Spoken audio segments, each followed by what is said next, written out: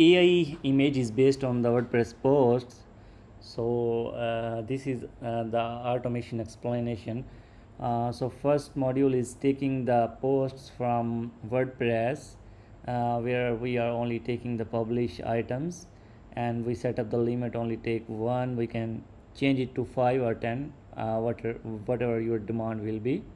So it will fetch the posts and give us data like this, and based on that we have set up the prompt to actually create a prompt according to our business services to generate images like that. So we are passing this prompt to the third module of ChatGPT.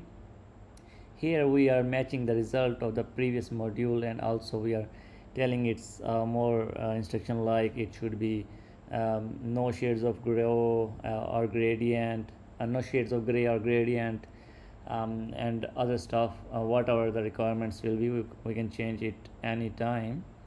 So yeah, from this it will generate the image. When we go into the data, we have the URL of the image. We will use the HTTP module to get that file and download that. It will get that file for us. When we go into the data, we have the file here. It's actually machine binary language. So we will pass this file to Dropbox, upload a file. It will upload the file in Dropbox or anywhere else. So it will be post the file.png, and the path is this what we set up in this. So this is the path we set up, and then we are renaming the file with the title of the post.png.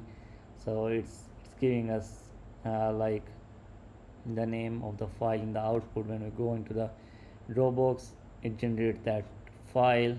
And yeah, this is the automation for generating images based on WordPress posts. Let me know if you have any questions.